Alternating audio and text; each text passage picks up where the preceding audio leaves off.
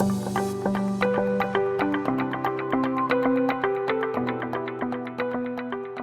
we're taking a quick look at some important updates to the Americans with Disabilities Act, specifically Title II, and how they affect the way we use Zoom. While we've always focused on accessibility, the Department of Justice has recently clarified the standards for public institutions like ours. The big takeaway? We're moving from a reactive model to a proactive one. Essentially, this means that digital accessibility is no longer just something we provide upon request. It needs to be built into our digital spaces by default. For those of us using Zoom for lectures, office hours, or department meetings, the most significant change involves live captioning. Under Title II, live audio content in synchronized media must include captions to ensure effective communication for everyone, including those who are deaf or hard of hearing. The good news is that Zoom has made this very easy. First, ensure that automated captions are enabled in your web portal settings. Once you're in a meeting, select the Show Captions button. You may need to click the three-dot More menu at the bottom of your screen to find the button.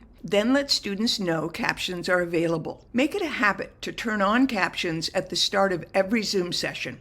You can even include a quick note in your syllabus or your opening slide, letting students know captions are available. While Zoom's AI captions are great, the new guidelines emphasize accuracy. For high-stakes events or when a specific accommodation is requested, we may still need to coordinate with the Accessibility Accommodation Center for professional captioning. As part of this enhancement, the new federal standard requires that captions are not just present, but that they identify the speaker. Imagine a lively classroom discussion. A hearing student knows exactly who is speaking by looking at who raised their hand or who is talking. To provide equivalent access, a student using captions needs that same information. Without speaker identification, the transcript can become a confusing block of text, making it difficult to follow who is offering their perspective or who is arguing which point. Your facilitation is the key to accuracy. Ensure your Zoom display name is descriptive, something like Dr. Moreno, instructor, and you can ask your students to do the same.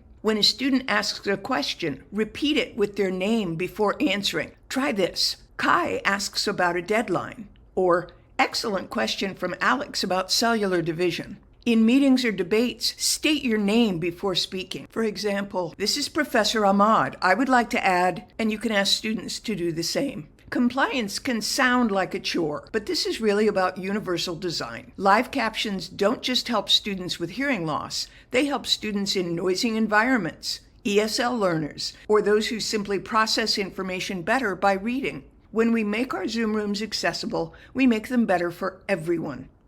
Thank you for helping to make College of the Canyons a truly inclusive place to learn.